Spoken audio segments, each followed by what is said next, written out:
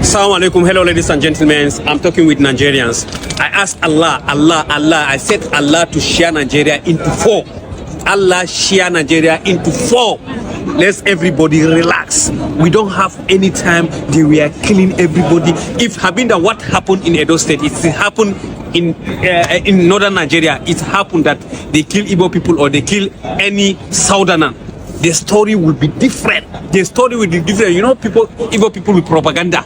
Small time they say Muslims are killing Christians. It happened that it happened in the north side. I have one of my my previous video that I said about that it come happen really.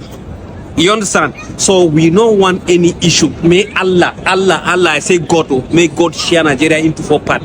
May you give your Biafra 5 plot of your land. You carry JJ, go. We not get issue with you. Niger Delta, you get oil, you get resources. May God give you your own creek. Carry your creek, go. JJ, no fight.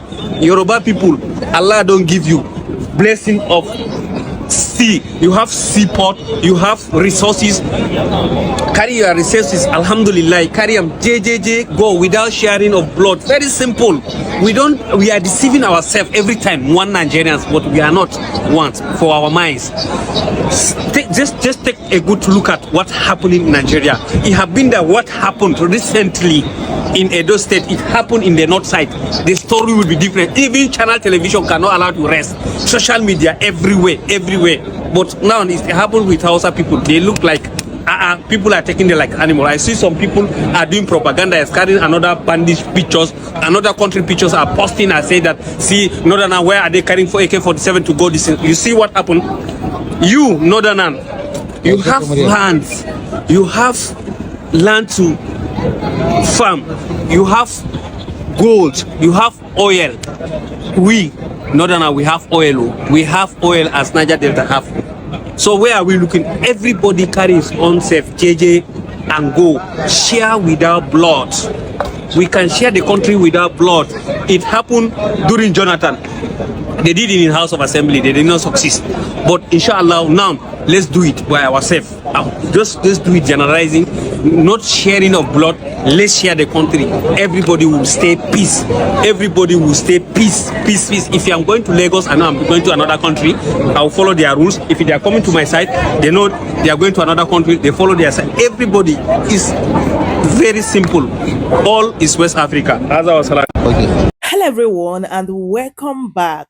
So my people, this incident that happened in Edo State, the killing of 16 Northerners, right, is really bringing a lot of things up, especially when it comes to state of Nigeria, whether people still want to belong to this country called Nigeria. So this man here is from the north. According to him, he said that he is praying to God for him to divide Nigeria, like to share Nigeria into 4 parts. But right now, the middle belt, they're saying that even if they want to share it, that they should not even include the middle belt or not, because they are not going with the north, that they should share it into 5. And the Ijaw nation is saying they should share it into 6 parts because they are not going with Niger Delta or something like that. Like this country on a cruise, honestly. So, but in a serious note, this man here is saying nothing but the truth, right? Because we all are just pretending to be one. We all know very well that we are not meant to be in the same country. Like we are totally different people, right? So according to him, he said that we can go our separate ways without shedding blood, which is very, very true. And also, these are politicians, they know very well that Nigeria is not supposed to be one country, right? Even Tinubu said it years ago that he doesn't believe in one Nigeria. These people know very well that we are not meant to be together just because of, what they are getting from the so-called one Nigeria. So my people, I would love you guys to listen to these videos, what Dr. Kemi have to say concerning Mazi Nnamdi Kanu and Biafra, as well as people that are, campaigning for Ijaw nation, that they want to go their own separate way. So take a look and hear everything they said in this particular video. Please, if today is your first time here, do well to subscribe and also turn on the post notification bell on so that anytime I upload a new video, YouTube will notify you. Share the video, give it a like, and leave your thoughts in the comment section. Thank you so much for doing so. Hello Nigerians, I'm Dr. Kemi Lawyer. Let's talk about IPOB. I want to do this video today because I want to pass a message through. There are many things I say in journalism, in pharmacy, in PR. There's a lot of things I say in my professions that You don't believe it because you don't think it happened. Many things have happened in my life. I'm a very unique person. I'm currently telling the story of my life now on TikTok, Dr. Kemi Olunloyo, Kemi Talks Life. I've been doing Kemi Talks Life for like 5 years now, but the story is so long. So I'm doing some new videos on TikTok. So make sure you go watch the videos on TikTok and YouTube, Dr. Kemi Olunloyo. Going back to IPOB, all right, I stayed in Port Harcourt prison for 6 months. I was arrested 3 times in the Uromi case. While I was in the prison, I told you I'm going to write a prison book, but I don't know when. Okay, every time I try to write that book, the trauma comes to me and I can't write again. I prefer to talk. And another thing is that if I talk on video now, this video will reach somebody, or it could even reach my great-great-great-great-great-great-grandchildren when I'm long gone, rather than a book. Oh, we heard our great-great-great-great-great-grandmother wrote a book. She was in prison. She was a famous journalist. Where are they going to find the book? Okay, in the year 3045, they're not going to find any books. So that's why I leave these videos here. Back to IPOB. You see the indigenous people of Biafra. When first started this movement, I joined. Yeah, I joined. I was part of IPOB. Yeah, I was. I supported them in the beginning in 2016. Then they started chanting Biafra or death. I'm like, don't use that chant. Buhari's going to come after you. Or death. Death for what? You can get a referendum. You can do what they did in Scotland and Sudan, South Sudan, all that. But some members of the group were just so inflammatory. So I left. Shebi Punch did a story. Olunloyo's daughter supports IPOB. At the end of the day, many people in IPOB don't trust Yorubas because they have this thing in their head that Yorubas are traitors. And they're right. I mean, Yorubas backstab each other and do a lot of bad things to each other. I know that.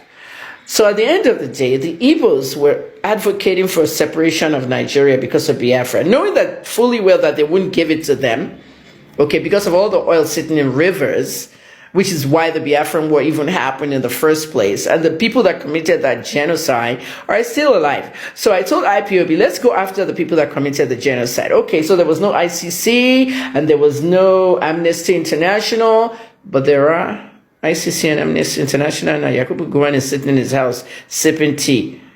What says we can't invite him to the ICC? He killed a lot of people. There was a genocide. So at the end of the day, people, we're not focused. Look what happened in Rivers. Look at the videos I did about Rivers in November. Now they're watching it. Let's be focused and get our country back to where it needs to be. Left to me, my Igbo friends don't need to be separated in the country. But at this point, maybe it's best to separate the country. Okay, on this note, shout out to IPOB. I'm actually supporting all your quest because I've studied you and I've investigated you. IPOB is not a terrorist group. Let me tell you what happens. When you're going to label a terrorist group, they need to be in the counterterrorism list in the United States State Department. Okay? Somebody said to me today, oh, does it mean only the United States is the one that can print a terrorist group list? Do you see Arab countries with the most terrorists printing their own list? Or any other country printing a list and say American has terrorists too? No, the US is the capital of the world. If you're not in the counterterrorism list of the US, then you're lucky. Okay, Boko Haram is in there. Northern Nigeria, shout out to you. Boko Republic is on there. Al-Shabaab, Abu Sayyaf, everybody. You can Google these things with your expensive phones. Learn how to use your phones. Okay, don't waste your time in the I section because IPOB is not in the I section. ISIS is everywhere there. Okay, so what did Buhari do? There's an Igbo guy in the ICC. He's a judge, one of the judges there. Buhari made friends with this Igbo guy. Went to the ICC, visited him in a courtesy trip. They took pictures together. Igbo guy, Igbo name, just to blast that in the faces of the Igbos that what's wrong with you? No one's going to convict me for any genocides or any crimes or anything here. Okay, at the end of the day, judges expire and they leave. But the whole point of it is IPOB prescription. Okay, the person that prescribed IPOB, I think, is dead. That judge is dead. But when it was prescribed, they sent it to the State Department. The State Department rejected it. You don't know this because the politicians and the businessmen own the same media houses that would put it out for you on TV, radio, and newspaper. So it was never announced. Anytime they're disgraced out there, they never announce their disgraceful stuff. Okay, but we know because we are the independent journalists. Okay, so the State Department refused to add IPOB to the counterterrorism list because they're not terrorists. And I'll get to it. You see that whole thing with Ahmed Gulak and how he was killed outside that Imo, whatever, when he went to see Uzodimma and came out of there, and then those boys killed him. Okay, I know you're gonna come after me, Hausa people, but I don't give a fuck. Ahmed Gulak. Dead men don't talk. Yeah, we understand that. But Ahmed Gulak had a lot of relationship with the insurgency and the banditry going down in southeast Nigeria. He had his boys there, his herders, his militia and all that, and he was funding them heavily. So some people were trolling Uzodimma, saying that he went to collect one huge amount of money from the government house, and then on his way out, they killed him. At the end of the day, okay, they now blamed it on IPOB. Quickly, they changed it. I will have the screenshots for you on a different post. Okay, the Punch newspapers. They quickly changed the headline. I caught the old headline and the new headline. You see what's going on? The media is being paid. They're owning the media. They own it. They direct how the news comes to you. Okay, indigenous people of Biafra, they want their own country. And I still think that in my lifetime, I've said it before, under my dead body, all that. That was when we were all brainwashed, okay? Okay, you were brainwashed about IPOB. Everybody's brainwashed about IPOB. Do you know that this Biafra movement, like Biafra will come? I'm sorry, I have to say this, okay? Nnamdi, if you're watching this, okay, me and you, we may not be here, but I just know that Nigeria is going to separate and that Biafra is going to go one way. But when that time comes, I want young people to tell their children and their children what Mahama told young people in Ghana before he became president again. He said this, you know, that December 31st thing they have in Ghana. I think that's when Rawlings opened fire and killed everybody. But this democracy you're enjoying could not have been possible without certain people that were killed on this day. Okay, we wouldn't be killed, but I'm just telling you that when Biafra comes, that democracy, I'm saying it today, April 2nd, 2025, so keep this video. When Biafra comes, the democracy you're going to be enjoying in Biafra once it's separated back to where it needs to be, honestly, we will be angels watching. We may be angels. I'm not going to say it's going to be that long. I'm 61 this year, so 40 more years from me. I already know I'm going to die at 101, but 40 more years from me, it may come before that. I'm just telling you, some people fought hard for it. All that incarceration they're holding, Nnamdi Kanu, anyone the Nigerian government is holding is powerful than them. They just don't know it. You know what I mean? I've told you about that judge, Binta Nyako. She's married to a thief. Her husband's a thief, former Adamawa governor. Adamawa people come in the comments and yap me. I don't give a fuck. Nyako is one of the biggest thieves in Nigeria. 70 billion, him and his son, that they stole. I'm not putting allegedly. Since 2015, I did a video, and that video is still on my page. I'll repost it today. And let me tell you something, people. Governor Nyako and his son still have that case with the EFCC today, and they have not done much about it. I mean, where are we going in Nigeria? Shout out to Nnamdi Kanu. Hopefully, they should release him soon. But people don't want to fight for that, okay?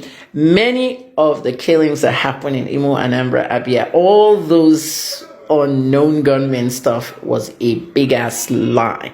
And some of you that say, oh, she just wants them to donate for her. Please, during that time I was doing the Simon Ekpa series, I didn't want to see much donations.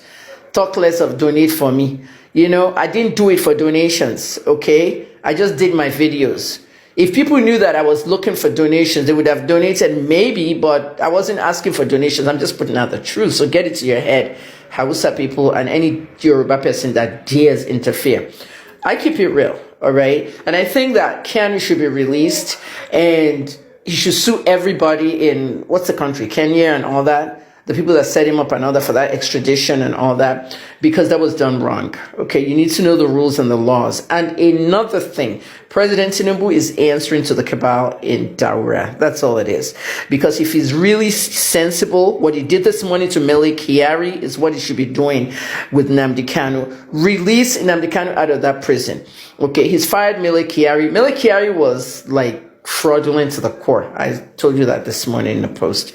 Okay, shout out to everybody in IPOB and Biafra. Gathering of Ijaw Nation in Bayelsa, Yenegua, precisely the state capital,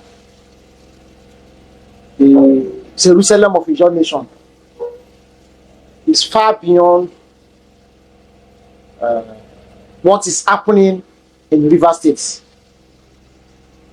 You know, since after 1999, when the Ijaw Nation gathered in Kayama, where the IYC, our one and only pressure group, was bettered. Since after that, we haven't had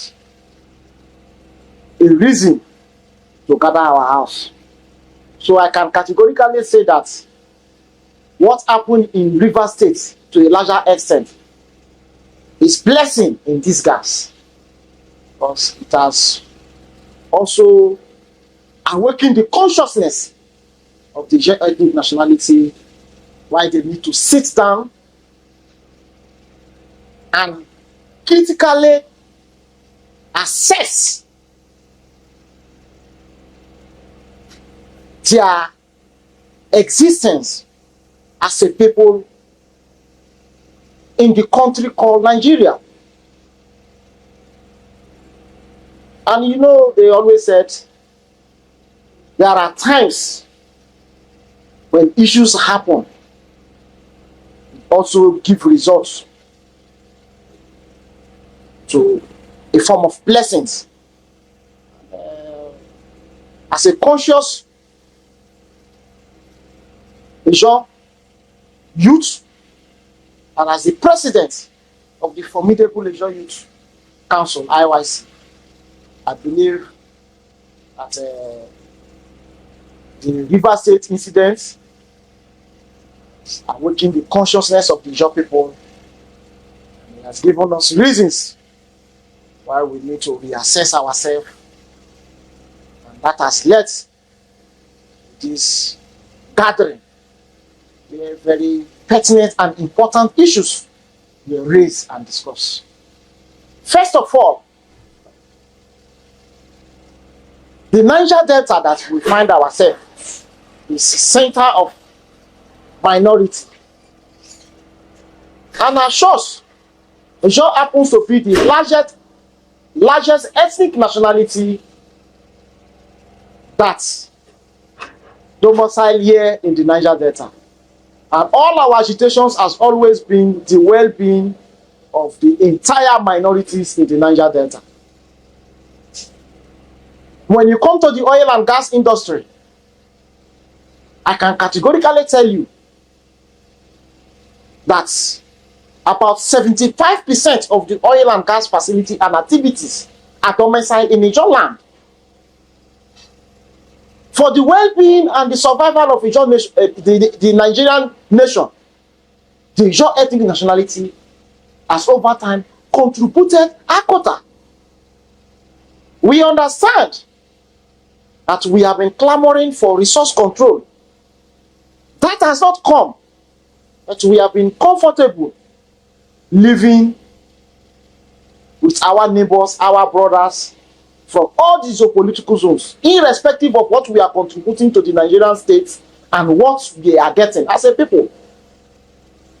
We can recall that some of these fears were the reasons why the late Major Asasfa Asigboro of blessed memory decided to declare the Niger Delta Republic that lasted for 12 days, which is called the 12-day revolution.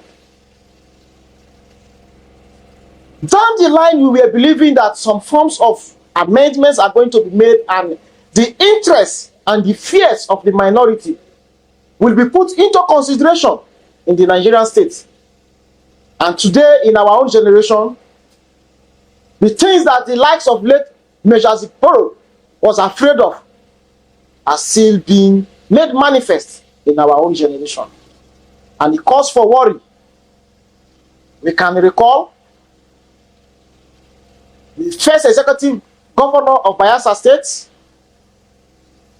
was impeached. It is the same enemies of Ijaw nation, just because he was championing a fight for resource control. It is still fresh in our memory how he was embarrassed and taken out of office. Despite our contribution to the oil and gas industries, Our lands and our environment is one of the highly polluted environments. We have been appealing to the federal government, even though resource control has not been granted to us. Try as much as possible to see how our environment can be put in order. Remediate our hydrocarbon polluted environment so that some of us that are farmers can go back to agriculture.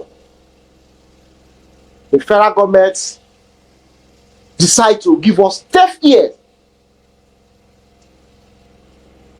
Wackelt das Geländer zu Hause? Reparieren Sie es mit diesem Schweißgerät. Ein Schweißpunkt in nur 2 Sekunden.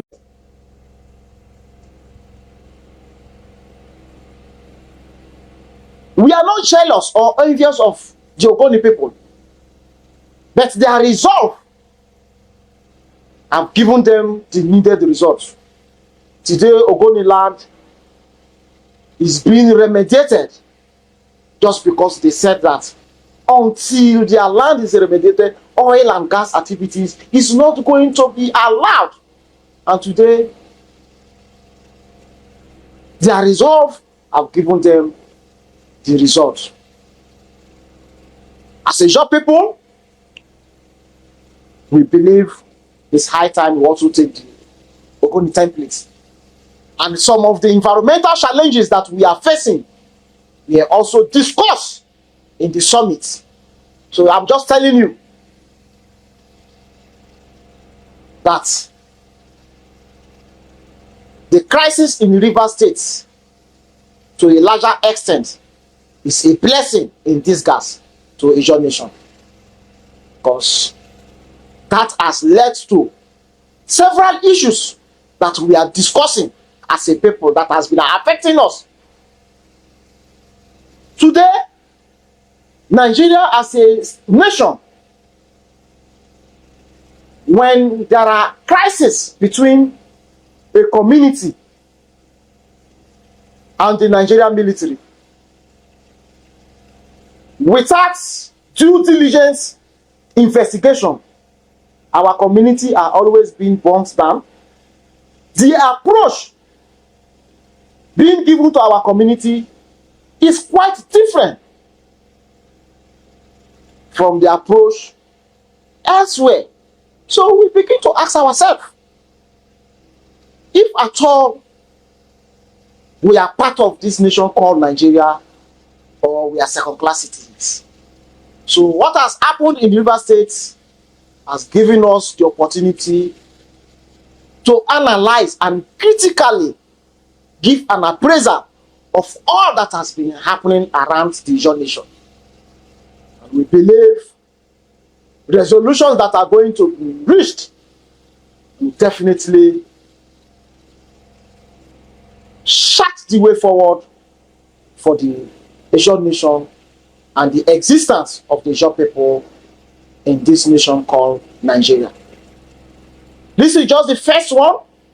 Subsequent meetings of the Ijaw nation are going to be held, where critical decisions are going to be taken. And we believe some of those decisions we will reassess ourselves, if at all as a people we have the number to ask for our own independence as a people. Let us have our own republic, since the Nigerian government have seen or have decided that we are fourth-class citizens in this country, not even second class. Because even in this current administration, under Bola Ahmed Tinubu, there is no Ijaw man that has a say. Even the minister that is from the homogeneous Ijaw state, Biafra state, has to lobby 1, 2, 3, 4, 5, 6 persons before he can even gain access to discuss issues that has to do with the Ijaw nation. So we have seen that even our minister has been relegated to the background.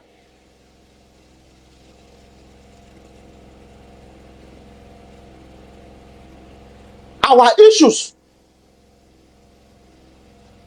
are not being treated with all sense of seriousness under this administration. Our appeal of environmental remediation has been given deaf ear, despite our enormous contribution to the economic stability and well-being of this country. So, why do we have to keep ourselves in a nation that our contributions are not appreciated? Our struggle for the sustenance and unity of the country called Nigeria is not being appreciated. Rather, we are always being used in the political chess game. Today, a governor is being removed.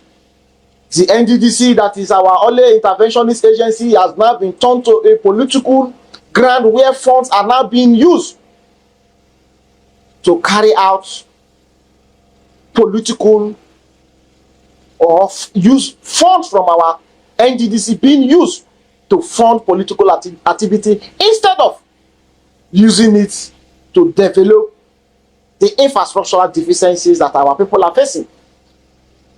There is no appointee in this administration that is from the Ijaw extraction that have express access to the president and commander-in-chief of this country.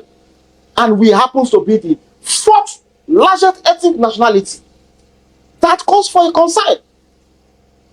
So we are assessing the situation, and in no distance time, the Ijaw people are going to take their stand if we have to give and write to all the necessary agencies, parastatal international communities, why a referendum needs to be called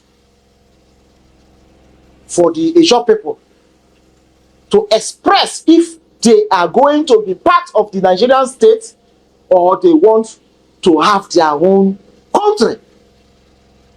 Because before the amalgamation of this country between the Southern and the Northern protectorates, the concerns of the minorities were raised. And today, those concerns are coming into reality. So we believe that the country called Nigeria is no longer comfortable with us as a people. We have to make self-assessments and ask for a referendum where the Ijaw people can easily vote either to be part of the Nigerian country or they are going to have their own way. So those are some of the discussions that we had in the just concluded summit, and we are believing that more meetings are going to be held where final decisions are going to be made and our position are going to be communicated to the people, and in the appropriate times we are going to take the appropriate and rightful steps to either leave this country and have our own republic or be part of the system. But one thing is certain, the maltreatment that has been given to us have clearly shown that the Nigeria nation does not need the Ijaw people, and we don't need to pretend about that. It's high time we prepare ourselves and go our own separate way from the Nigerian country. Honestly, the best thing that can happen to Nigeria is to separate or divide this country, because we know that Nigeria is too big for one person to rule. This is the reason why you see all this insecurity going on in Nigeria, because it is very, very hard for one person to manage the whole Nigeria. So Nigeria is too big to be one country, right? Even though that we know that some of these people, they are not genuine, calling for, separation of Nigeria, just because maybe they did not have like position in Nigeria, just as Yorubas are doing right now. Why they are kind of calm concerning the Oduduwa nation, just because Tinubu is a president. So immediately Tinubu's tenure is over, you will see that this Oduduwa nation, they will start talking about it again. So when you look at all these people that be talking about, they want to go their separate way, I think it's only Biafra that kind of genuine, not just because I'm a Biafra lady, no. But when you look at everything, even if Peter Obi become president of Nigeria today, you will see that Igbos will still be agitating for Biafra nation.